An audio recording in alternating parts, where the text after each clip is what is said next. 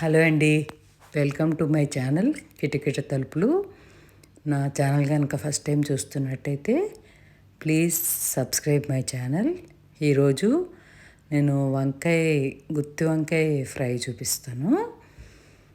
ఇది కొత్తగా వంట నేర్చుకున్న వాళ్ళు కూడా ఈజీగా చేసేయచ్చు, భయపడక్కర్లేకుండా సింపుల్గా. అరకిలో వంకాయలు తీసుకున్నాను.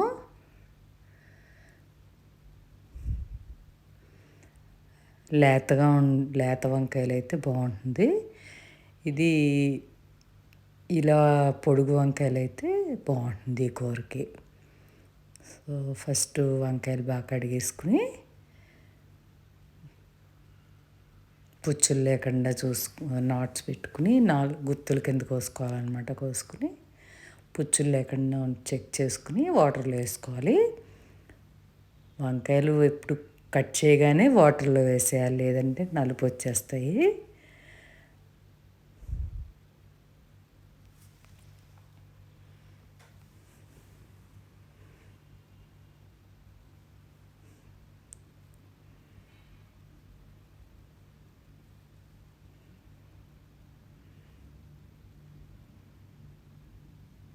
కోసుకున్నప్పుడు ఏమన్నా ముదిరిన వంకాయ ఉంటే పక్కకు పెట్టేసుకుంటే కూరలో అన్నీ ఈక్వల్గా ఉంటాయి అన్నమాట.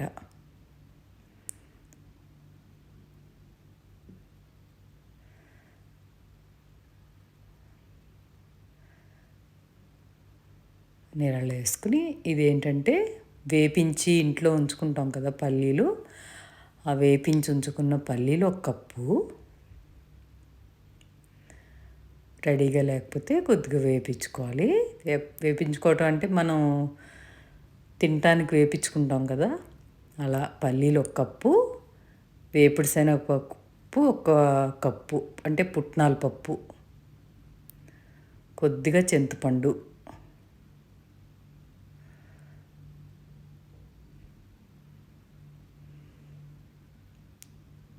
ఒక స్పూన్ బెల్లం. బెల్లం ఇష్టం లేని వాళ్ళు స్కిప్ చేయండి.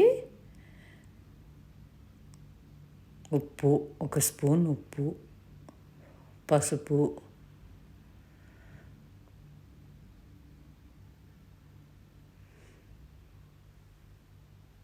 ఒక స్పూన్ కారం,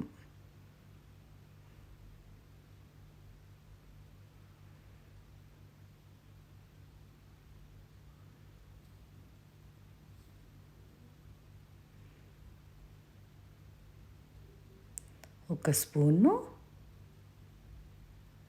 2 స్పూన్లు వేసాను. 2 స్పూన్లు సాంబార్ పొడి. ఇంట్లో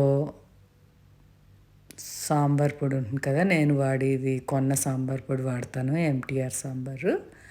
ఆ సాంబార్ పొడి 2 స్పూన్లు, ఒక 5-6 రేకులు వెల్లుల్లిపాయలు, కొద్దిగా కరివేపాకు వేసి పౌడర్ చేసుకున్నాను. ఈ పౌడర్ ఏంటంటే ఎప్పుడైనా ఇలా పౌడర్లు చేసుకున్నప్పుడు 2 కూరలకు ఇది 2 కూరలకు సరిపోతుంది అనమాట. కొంచెం కొంచెం చేసుకోవటం కష్టం కదా, అది సగం తీసి ఫ్రిడ్జ్లో పెట్టేసుకుంటాను.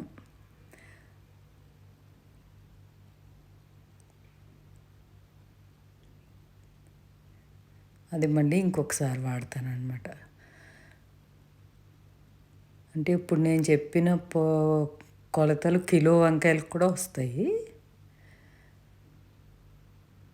సగం పౌడర్ స్టోర్ చేసుకుంటాను అనమాట. అలా ఏదైనా ఇలాంటివి చేసుకున్నప్పుడు అలా సగం సగం స్టోర్ చేసుకుంటే నెక్స్ట్ వండుకున్నప్పుడు ఈజీగా వండేసుకోవచ్చు అనమాట. ఇది కట్ చేసిన వంకాయల్లోకి స్టఫ్ చేసేసాను. ఈ పౌడర్ అది సరిపోయింది, హాఫ్ పౌడరు. ఇది ఇంకా అవసరం లేదు, ఫ్రిడ్జ్లో పెట్టేసుకుంటున్నాను. బయటన్నా నిల్వ ఉంటుంది కానీ ఫ్రిడ్జ్లో పెట్టేస్తాను అనమాట. కొంచెం నూనె సరిపడే పడుతుంది, ఒక 5-6 టేబుల్ స్పూన్ల దాకా వేసుకోవాలి. మినిమం అయితే 4 పడుతుంది. వంకాయ కూర ఏ కూర ఉన్నా కొంచెం సరిపడి నూనె పడుతుంది అనమాట. నూనెతో మగ్గితేనే వంకాయ టేస్ట్ వస్తుంది. ఒక 5 టేబుల్ స్పూన్ల దాకా పట్టింది నూనె దీనికి. కొద్దిగా జీలకర్ర, కరివేపాకు, ఎండుమిర్చి,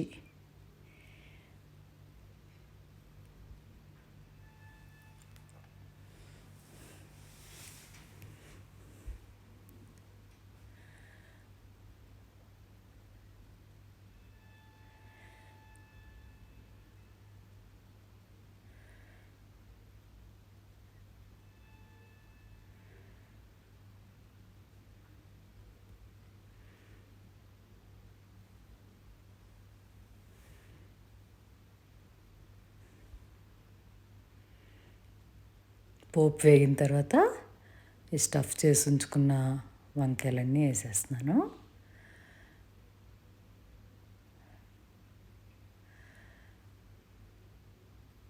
ఈ కూరకి ఎక్కువగా గరిటె తిప్పకుండా కొద్దిగా చూసుకుంటే సరిపోతుంది. ఫస్ట్ మటుకు బాగా కలపాలి, ఎందుకంటే నూనె అన్నిటికీ పడుతుంది కదా.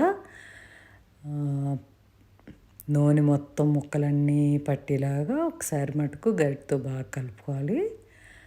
తర్వాత ఎక్కువ కలపకుండా జాగ్రత్తగా చూసుకుని కలుపుకోవాలి.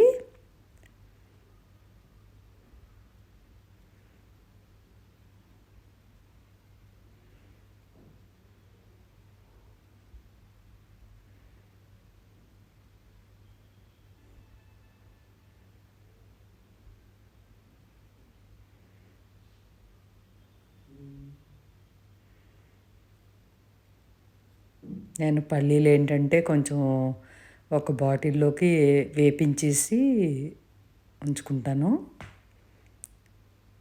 ఇలాగ అమ్ముని కూరలు, చట్నీలు వాటిలో అవసరమైతే ఈజీగా అప్పటికప్పుడు వాడేసుకోవడానికి బాగుంటుంది.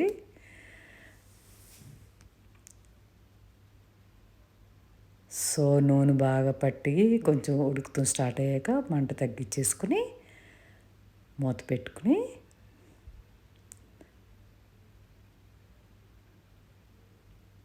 ఇలా కుదుపుతూ ఉంటే సరిపోతుంది. ఎక్కడైనా ఒక్కొక్క వంకాయ సరిగ్గా వేగలేదు అనుకుంటే అప్పుడు తిరిగేసుకోవచ్చు అన్నమాట.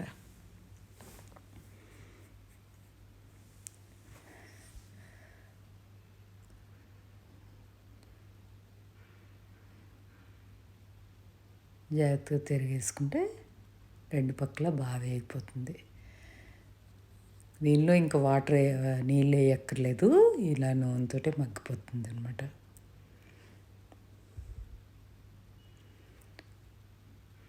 ఇది అన్నంలోకి, చపాతీలోకి, దేనికైనా బాగుంటుంది కూర.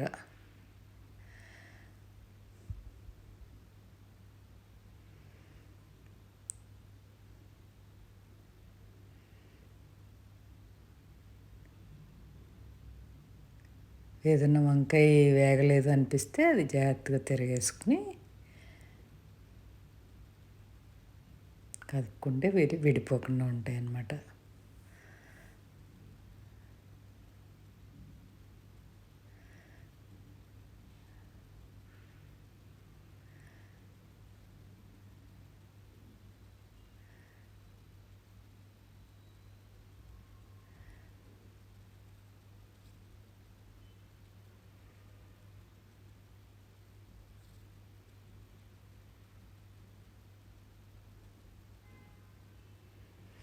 అన్నీ మనం పుట్నాల పప్పు, పల్లీలు అన్నీ వేపిని వేసాం కాబట్టి చాలా త్వరగా అయిపోతుంది కూర.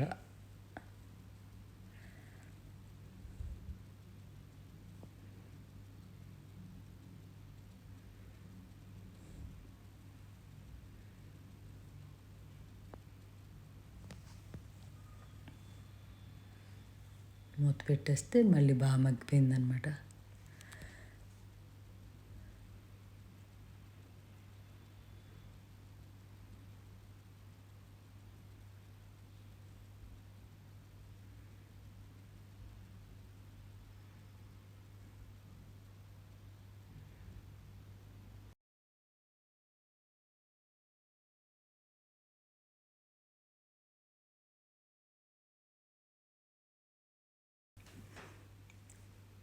అదండి మరి గుత్తొంకాయ కూర ట్రై చేస్తారా?